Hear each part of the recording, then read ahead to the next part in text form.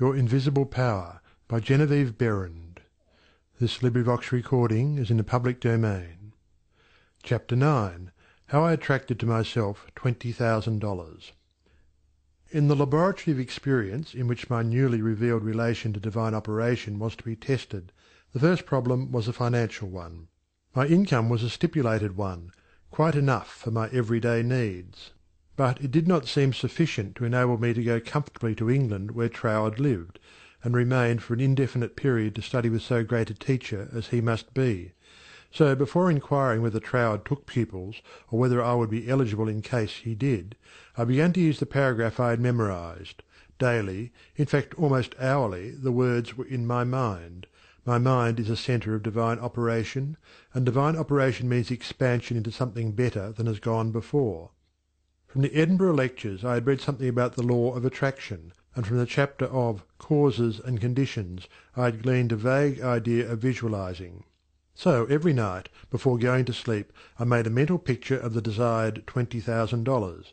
20 $1,000 bills were counted over each night in my bedroom, and then, with the idea of more emphatically impressing my mind with the fact that this $20,000 was for the purpose of going to England and studying with Troward, I wrote out my picture, saw myself buying my steamer ticket, walking up and down the ship's deck from New York to London, and finally saw myself accepted as Troward's pupil. This process was repeated every morning and every evening, always impressing more and more fully upon my mind Troward's memorized statement: "My mind is a centre of divine operations." I endeavoured to keep this statement in the back part of my consciousness all the time, with no thought in mind as to how the money might be obtained. Probably the reason why there was no thought of the avenues through which the money might reach me was because I could not possibly imagine where the $20,000 would come from. So I simply held my thoughts steady and let the power of attraction find its own ways and means. One day, while walking on the street, taking deep breathing exercises, the thought came: my mind is surely a centre of divine operation. If God fills all space, then God must be in my mind also. If I want this money to study with Troward, that I may know the truth of life, then both the money and the truth must be mine, though I am unable to feel or see the physical manifestation of either. Still, I declared, it must be mine. While these reflections were going on in my mind, there seemed to come up from within me the thought, "I am all the substance there is." Then from another channel in my brain the answer seemed to come: "Of course, that's it. Everything must have its beginning in mind.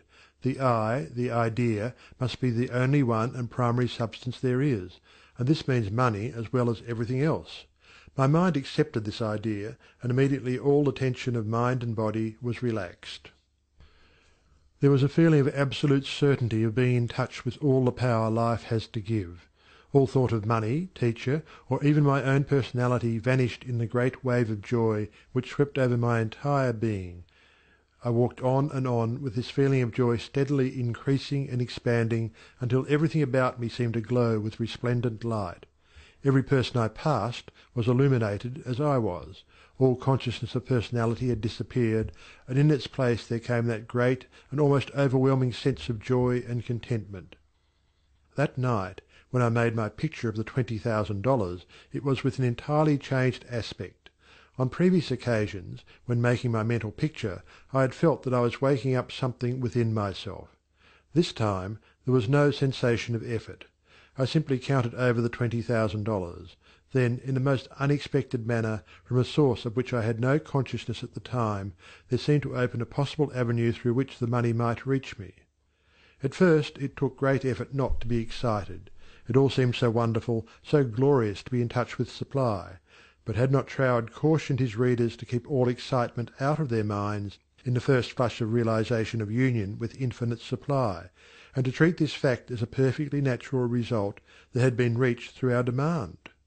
This was even more difficult for me than it was to hold the thought that all the substance there is I am, idea, am the beginning of all form, visible or invisible.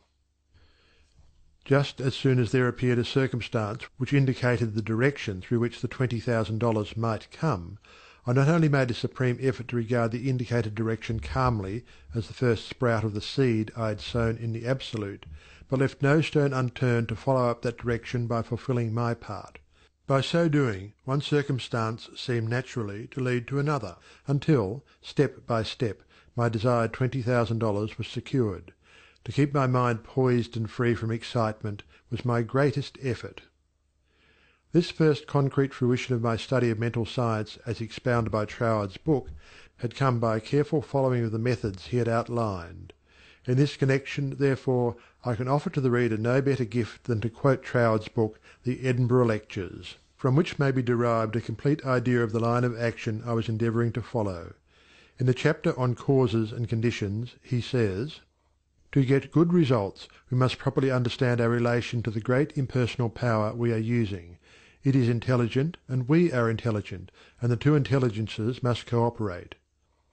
We must not fly in the face of the law expecting it to do for us what it can only do through us, and we must therefore use our intelligence with the knowledge that it is acting as the instrument of a greater intelligence, and because we have this knowledge we may and should cease from all anxiety as to the final result.